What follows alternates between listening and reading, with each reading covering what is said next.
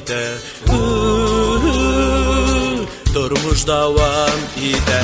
Al yollardan aydılarga tiklem ko'kravlardan o'kinuga qadar ayrıluvdan qavuşuvga qabat tubanlikdan yuqoriga urlar ulan tag'i yuqalarga.